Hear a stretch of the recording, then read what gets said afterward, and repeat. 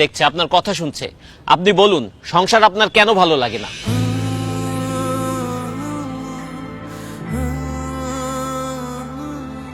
আমি যখন অনেক ছোট স্কুলে পড়ি তখন আমার মা বাবা স্কুলের শিক্ষক সবাই আমাকে বলেছেন সুন্দরভাবে পড়াশোনা করো, পরীক্ষায় ভালো রেজাল্ট করো, তাহলে জীবনে সুখ আসবে। আমিও সেই সুখের আশায় দিন রাত পড়াশোনা করতে শুরু করলাম, পরীক্ষা দিলাম, ভালো রেজাল্ট করলাম, পড়াশোনা শেষ করলাম, কিন্তু সুখ পেলাম না।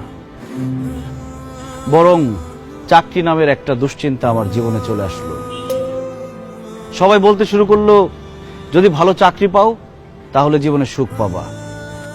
তাই চাকরির জন্য বিভিন্ন জায়গায় পাগলের মতো ঘুরতে থাকলাম, ইন্টারভিউ দিতে থাকলাম। অবশেষে আমার চাকরিটা হলো ঠিকই, কিন্তু আমার জীবনে সুখ আসলো না। অফিসে কাজের প্রেসার, বসের প্রেসার, প্রমোশনের প্রেসার, আমার জীবন থেকে সুখ আরো বেশি হারিয়ে গেল। এরপরে ভাবলাম জীবনে যদি একটা বউ আসে তাহলে হয়তো জীবনে সুখ আসবে। বউ আমার পাশে বসে থাকবে, মিষ্টি মিষ্টি কথা বলবে, রান্না করে খাওয়াবে, আদর করে রাতে ঘুম পাড়িয়ে দিবে। তারপর একটা বিয়ে করলাম, কিন্তু তারপর আমার জীবনের সুখ আসে নাই। অফিসের প্রেসারের সাথে আমার জীবনে আরেকটা প্রেসার যোগ হইল, সেটার নাম হচ্ছে বউয়ের প্রেসার। কাজের জন্য অফিসে বেশি সময় দিলে বউকে সময় দিতে পারি না, বউকে বেশি সময় দিলে অফিসে সময় দিতে পারি না, বউকে বেশি সময় দিলে অফিসে বসের ঝাড়ি খেতে হয়, অফিসে বেশি সময় দিলে বউর গোমরা মুখ দেখতে হয়। তারপর আজকে এটা লাগবে, কালকে সেটা লাগবে, পরশু ওইটা লাগবে।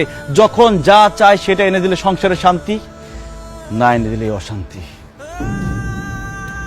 বউয়ের সাথে ভালো মতো কথা বললে বাবা মা রেগে যায়, বাবা মাকে বেশি সময় দিলে, ভালো করে কথা বললে বউ অভিমান করে।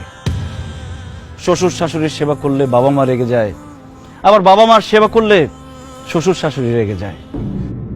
তবুও শ্বশুর শাশুড়ি, বাবা মা সবার মন জুগিয়ে এই সংসারে আমাকে চলতে হয়েছে। ঈদ আসলে সবাইকে নতুন জামা কাপড় কিনে দিতে হয়েছে, কিন্তু ঈদের মধ্যে আমি কোনো নতুন জামা কাপড় কিনতে পেলাম কিনা সেটা কেউ কখনো জানতে চায়নি। কেউ অসুস্থ হলে তাকে হসপিটাল নিতে হয়, ওষুধ এনে দিতে হয়, কিন্তু সারা দিন শেষে ক্লান্ত হয়ে আমি বাসায় ফিরলে আমার কি খারাপ লাগছে কিনা, আমার কি অসুস্থ লাগছে কিনা কেউ কখনো আমার কাছে জানতেও চায়নি। আর এইসব শুধু আমার সাথে না, বাংলাদেশের হাজার হাজার লাখো পুরুষের সাথে প্রতিনিয়ত হচ্ছে এরকম।